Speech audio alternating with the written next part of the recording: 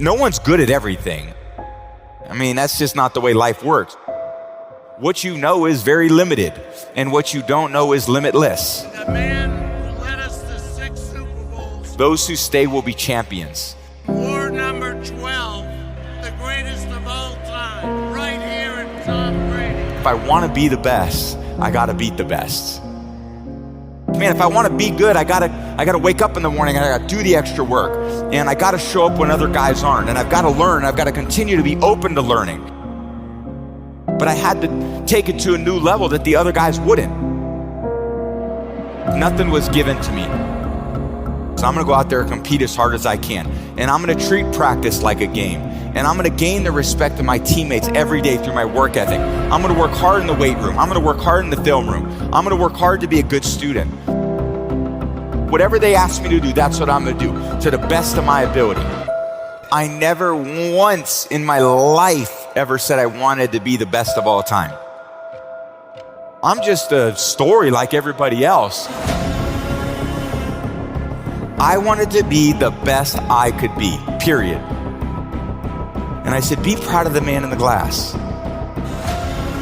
Be proud of that man that wakes up every day and does the best he could do with his priorities.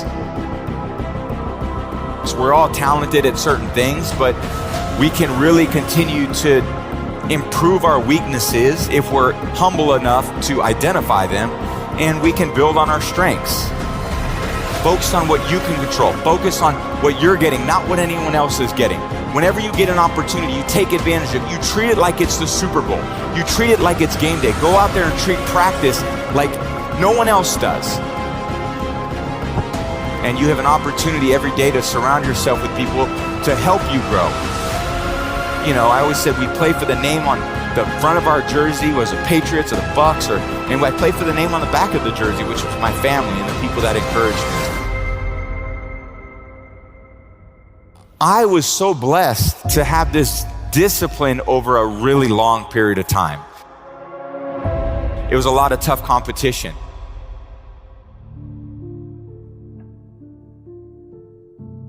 But I was never, I would say, like a prodigy. You know, I wasn't like the kid where you see Tiger Woods swinging on the Johnny Carson show at 2 or 3 years old, and you know his swing looks as good as it did at 3 years old as it did, you know, as he grew older. Or you know, certain players that had this unbelievable prodigy aspect to themselves. I saw myself as someone who probably had some other traits that maybe were hard to identify, but that were really sustainable over time, which was, I would say, work ethic and discipline.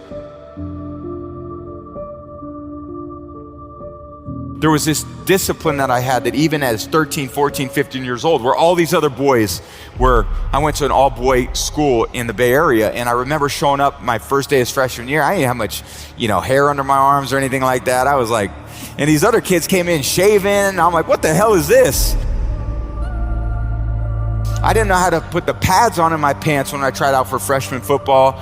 I mean, I had never played until that point except in the street. So these kids came out there, they had, you know, helmets and shoulder pads that they had worn for 4 years. I went on the field and I was like, I'm gonna get killed out here, you know? And my freshman year, I didn't even play. I was the backup quarterback on a team that went 0-8. I couldn't get on the field, and we never won a game anyway. I mean, it's one thing to be the starting quarterback and to lose. If they don't even think you're good enough to be a starting quarterback on a team that's 0-8, you must really suck. So naturally, I was like, oh, cool, I'll continue to, you know, work on my skill. A lot of it was even going into my second year in high school, there were workouts in the morning at 6 a.m. before school. And I was like, okay, I can get up at 6 a.m. and I can go do these rope drills where you'd run through the ropes. You see a lot of people do that. There were these hills that we would run up. And there was probably less than 10 people there, but I was probably one of the 3 that were there almost every single day to try to continue to push myself to grow in these maybe physical areas that I was really behind a lot of the other people at. And I went in there, competed really hard my 3rd year, and I lost the starting job to Brian Greasy. So I go into my 4th year and I was like, now's my time. I worked hard to compete my first 3 years. Going into my 4th year, I got a great opportunity to play. And they recruited a kid named Drew Henson, And I was like, the competition's relentless. At first I was looking at the guys ahead of me. Now I got to be looking down at the guys behind me too. And going into my 4th year, my teammates named me team captain, and I won the starting job. We had a good year. We finished 10-3, beat everyone out. And then I showed up and Coach Carr says, well, you're going to compete with Drew Henson to be the starter going into your 5th year. And I was like, you got to be kidding me. You want me to compete? That's what we're going to do.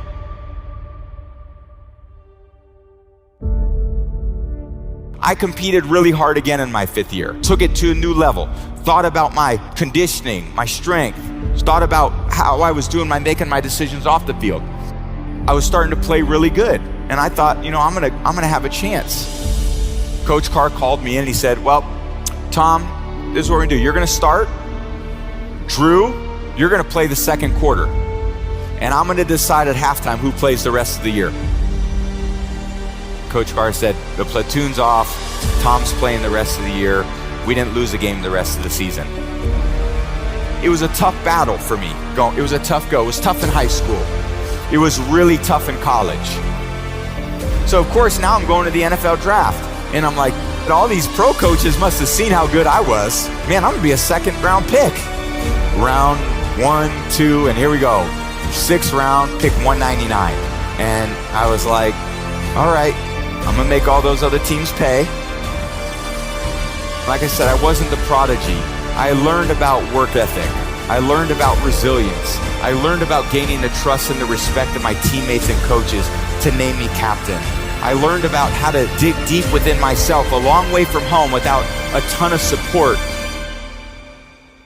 I was so motivated to be the best I could be that I wasn't motivated to be the starter. I wasn't motivated to win the Super Bowl. I just was motivated to give my best, do the best with the opportunity I got, and to never let my teammates down. All those experiences that we think are the hardest things in our life end up being the best experience in our life, because if you approach it with humility and you look inward, they become the best opportunities for growth and learning. But most people could say, man, I want to exercise for one day.